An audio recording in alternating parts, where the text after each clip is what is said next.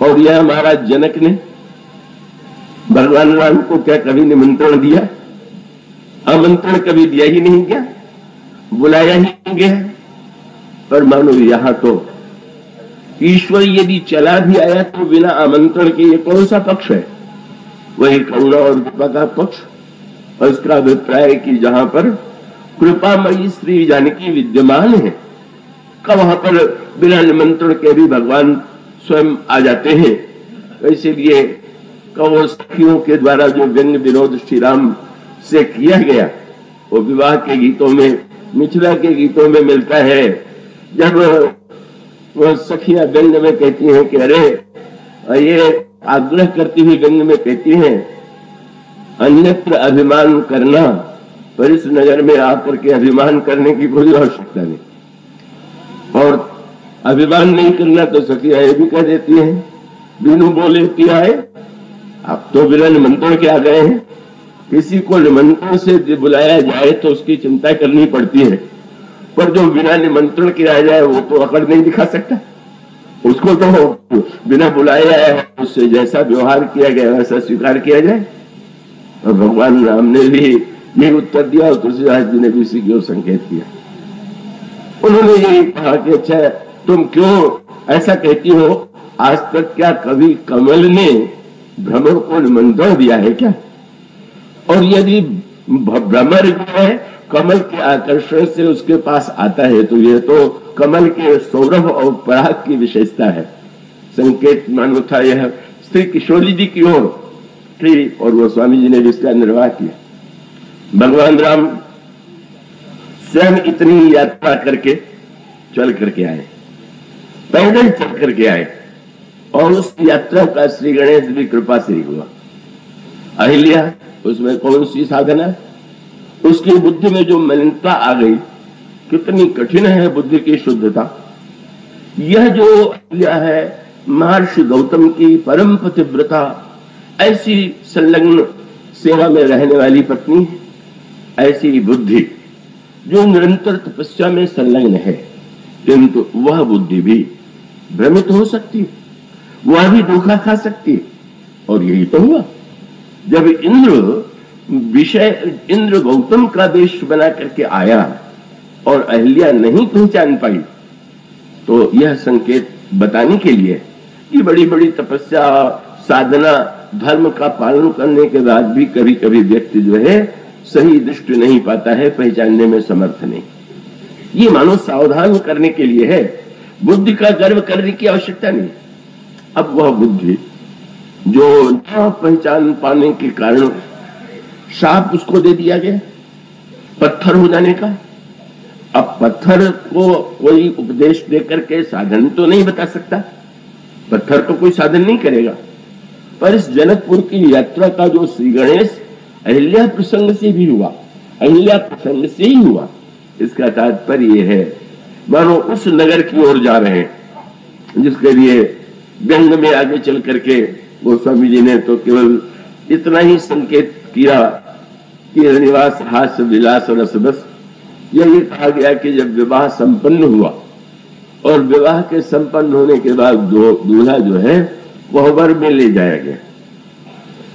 कोहबर शब्द बड़ा अनोखा है, वैसे कोह और वर ये शब्द मिलकर कोहबर बना।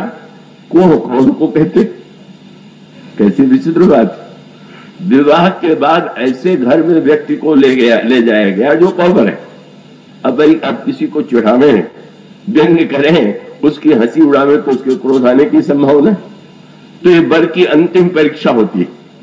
विवाह उसने पाणी ग्रहण तो कर लिया, लेकिन उसमें सहिष्णुता है कि नहीं। अब विवाह करके पत्नी के प्रति जो उसका व्यवहार होगा वो तो यही सिद्ध करेगा कि अगर वो सहिष्णु नहीं होगा तो बात पर उसे क्रोध आवेगा।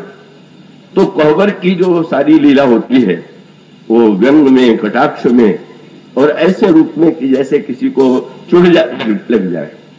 तो वो स्वामी जी कहते हैं जब विवाह की विधि पूरी हो गई तो कोहबर ही आने कुंवर कुंवरी सुहासिनी सुख पाई। और फिर अति प्रीति लौकिक रीति लागी करण मंगल गाई। वहां पर गुरु वशिष्ठ का प्रवेश नहीं है, सतानंदी का भी प्रवेश नहीं, महाराज दशरथ और महाराज जनक का भी प्रवेश नहीं। वहां तो केवल कोई जो है वो श्री सीता जी की सखियां हैं और ये चारों राजकुमार हैं और उनको ले जाया गया। और वो स्वामी जी फिर कहते हैं अब प्रारंभ हुआ। वहां तो ये जो साक्षोच्चार होता है विवाह के मंडप में, उसमें बताया जाता है कि वर का के पूर्व पुरुष कितने उच्च कोटि के थे। यहाँ कन्या के पक्ष में किस किस व्यक्ति की पुत्री है, पौत्री है, प्रपौत्री है, ऐसा वर्णन किया जाता है। यहाँ तो इस दूल्हे का स्वागत ही इस रूप में पहले किया गया।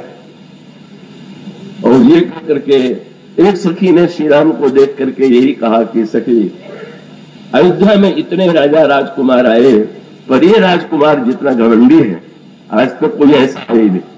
मतलब सोचिए, जहां स्वागत में पहला वाक्य श्री राम को अभिमानी कह करके किया जाए, परशुराम जी श्री राम को उपाधि दे करके गए।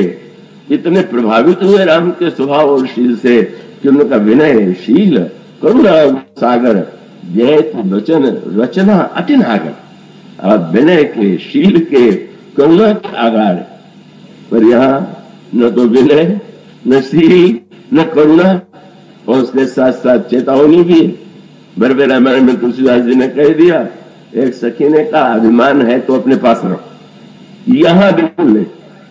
क्यों? बोले गर्व करहु रघुनंदन, जनि मन मांग। कोई गर्व मत करो। जब कहो सखी ऐसे को तनुधारी, जोन यह रूप, यह जोन मोह यह रूप निहारी।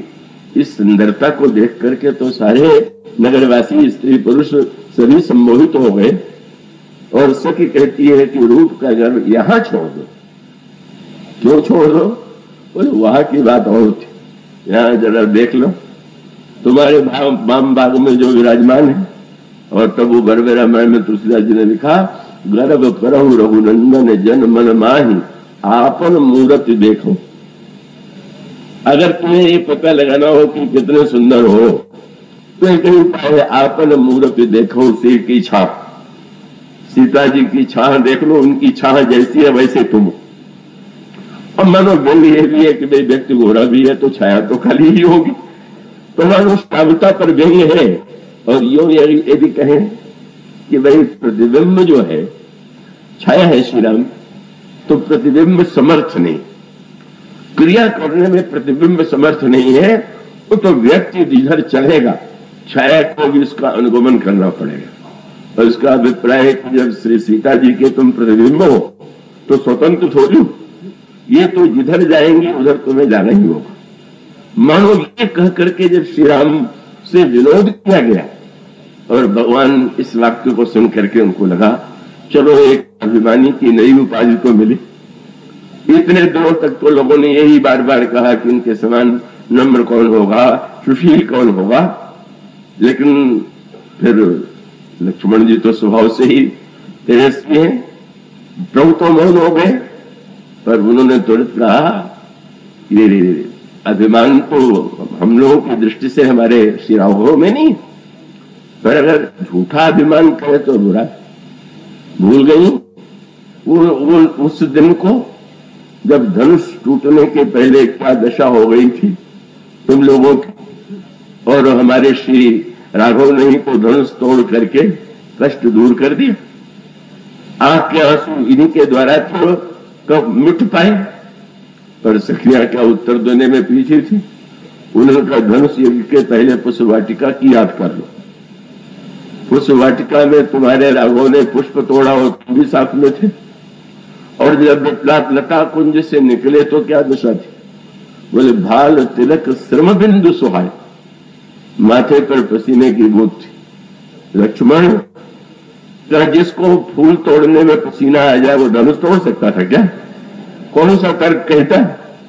तब कैसे टूट गया? कहीं से तो टूट ही नहीं सकता था। तोड़ने की शक्ति होती तो पहले उठ के तोड़ देते। और देखा नहीं कि जब चले भी तो बेचारे इतने धीरे धीरे चले। हम लोग क्या आ गए, इतना बार राजकुमार ये कैसे धनुष तोड़ेगा। और हम सब लोगों ने अपना सारा पुण्य लिखा भी है कि श्री राम को देख करके जनकपुर वासियों ने यही याद किया कि हमने कितने कितने पुण्य जीवन में किए। और उनके प्रार्थना यही निकली, बंदी पितर सुर सुकृत संहारे। अपने पितरों का स्मरण किया, देवताओं का स्मरण किया और यही कहा, जो कछु पुण्य प्रभाव हमारे तो शिवधन मृणाल की नाई तोड़ राम गणेश गोसाई। गणेश महाराज, आप हमारा सारा पुण्य ले लीजिए और बस इनसे धनुष तोड़वा दीजिए। और वो प्रार्थना वही नहीं चल रही। श्री सीता जी ने जिस समय श्री राम की सुकुमारता को देखा, बोले देख देख रघुवीर तन सुर मनाव धर धीर भरे भोचन प्रेम जल पुल कावली शरीर। और सबसे पहले तो मन ही मन अपने पिताजी को उलाहना दिया, अहतात दारुण ठानी समुझत नहीं कछु लाभ न हानि। ये आपने क्या हट किया, मुंह से नहीं कह सकती है पर मन में उलाहना दे रही हैं। और तब उन्होंने भी स्मरण प्रारंभ कर दिया, गणनायक वरदायक देवा आज लगे कीन्ही तो सेवा। बार बार विनती सुनी मोरी करहु चाप गुरुता अति थोरी। कर हो तंड महेश भवानी। इस तरह से सखियां कहती हैं कि श्री किशोरी जी ने, हम लोगों ने इतना पुण्य लगा दिया प्रार्थना, तब कहीं जाकर के धनुष तोड़ा, तुम कहते हो उन्हें गर्व करना चाहिए। पर इसलिए यहाँ की भाषा तो सर्वथा भिन्न प्रकार की, पर लक्ष्मण जी सरलता से हार नहीं मानते। फिर भी याद कर देते हैं, जब आप लोग प्रार्थना नहीं कर रही थी तब की घटनाओं का आपको पता है। कहीं जो अहिल्या का उद्धार किया उस समय आप थी क्या? पत्थर को चेतन बनाने की इस चरणों में जो शक्ति है, क्या वो एक लिए नहीं? और सखियों ने तुरंत उलट के उत्तर दिया, अच्छा तो अगर इनके चरणों में ऐसा चमत्कार है तो अयोध्या में भी कोई पत्थर स्त्री के रूप में बदली थी क्या? और भी कोई परिवर्तित हुआ था क्या? तब इसका अर्थ है कि चमत्कार चरणों का है ही नहीं। और गुरु जी ने भी यही कहा था कि चरण कमल रज चाहे, चमत्कार तो धूल में। और जानते हो ये चमत्कार इनके चरणों में कब आया? जब मिथिला की ओर चले, उस धूल का ये प्रभाव एक जड़ को चेतन बना देता है। मानो यह जो और प्रभु जो है, और इसका सीधा सा तात्पर्य है, परिवर्तन ईश्वर के द्वारा नहीं होता। ईश्वर यदि साक्षात ज्ञान है तो ज्ञान परिवर्तन करने में सक्षम नहीं। ज्ञान तो वस्तु को यथार्थ रूप में दिखा देना ही उसका कार्य। बिजली का कार्य, बिजली प्रकाश है, तो प्रकाश का कार्य नहीं है कि जिसकी जैसी आकृति है उसको बदल देगा, सांवले को गोरा या गोरे को काला बना देगा, या और आकृति में बदलाव ला देगा। वो तो जैसा जैसा जैसा है वो उसके सामने दिखाई देने लगेगा। परिवर्तन तो होता है केवल भक्ति के द्वारा। ये परिवर्तन की प्रक्रिया